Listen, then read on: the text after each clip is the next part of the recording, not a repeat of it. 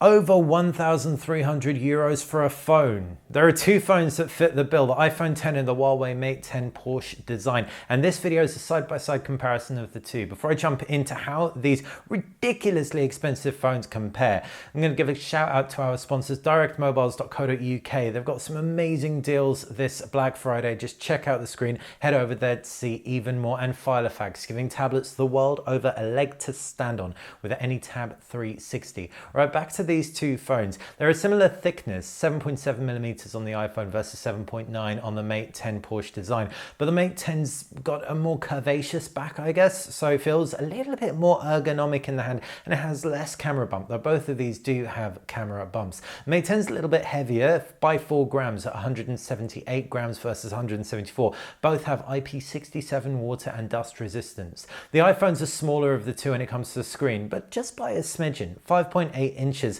of screen versus 6, and it's sharper as well, 459 pixels per inch versus 402. Both are OLED technology, both support HDR10 videos, so are going to be really nice, punchy, poppy, deep all at the same time. And the iPhone also has a better screen to bezel ratio by around 1.5% or thereabouts, just a little less, which isn't the hugest difference, but it's good going for Apple. That said, you do have a little notch at the top of the iPhone 10.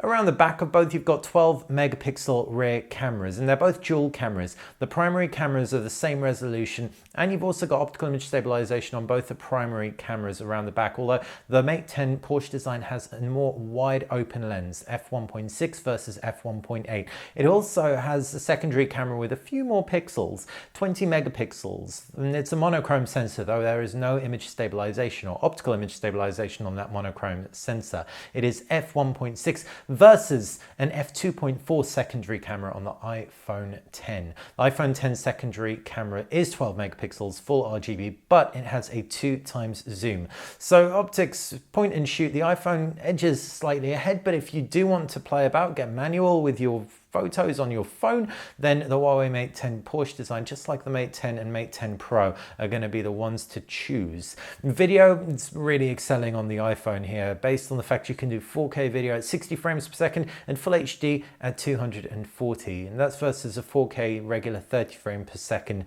and you can also do slow-mo and all that on the Mate 10 Porsche design. But it isn't going to compete. The front cameras on both are going to be sufficient in terms of the resolution. They both have 7 or 8 megapixel selfie cameras. The iPhone's 7 megapixels, but it has Face ID, so it can scan your face and as a result can replace a fingerprint scanner. There is no fingerprint scanner versus a fingerprint scanner on the back of the Mate 10 Porsche design. I can confirm Face ID works incredibly well. I'm a big fan of rear-mounted fingerprint scanners though, so it will come down to personal choice. The Huawei's rear fingerprint scanners handy because it supports gestures and some good stuff like that. Inside you've got an A11 Bionic chipset versus a Kirin 970, and that's paired with 3 gigabytes of RAM on the iPhone versus 6 gigabytes of RAM on the Mate 10 Porsche design. 64 gigs of storage or 256 gigs of storage on the iPhone, but we're looking at the 256 gig one for the price we're talking about, and just flat out 256 gigabytes in the Mate 10 Porsche design. So loads of storage across both, but the Mate 10 slams it when it comes to that battery. 4,000 milliamps versus 2,716 is why the Mate 10 is the only one of the two that can comfortably last a full day, maybe even 2 if you're a relatively moderate user. The Mate 10 doesn't have wireless charging, which the iPhone does have, but it does have an IR blaster at the top. And also in the box of the Mate 10 Porsche design, you're going to get a case, you're going to get 2 chargers, 1 European, 1 UK. You're also going to get 2 USB-C cables and a few other bits and bobs. It comes more kitted out than the iPhone 10, which has your staples, a charger, a lightning connector, etc. But I mean, it doesn't even have a fast charger. So all the money really is going to the handset here. But the real clincher is the fact you can pick up the Mate 10 Pro, which is exactly the same spec as the Mate 10 Porsche design with half the storage, 128 gigabytes, for around half the price. That's £699 if you're here in the UK. And both that and the iPhone 10 available on 3. And what's awesome about 3 is the fact that it will give you unlocked phones.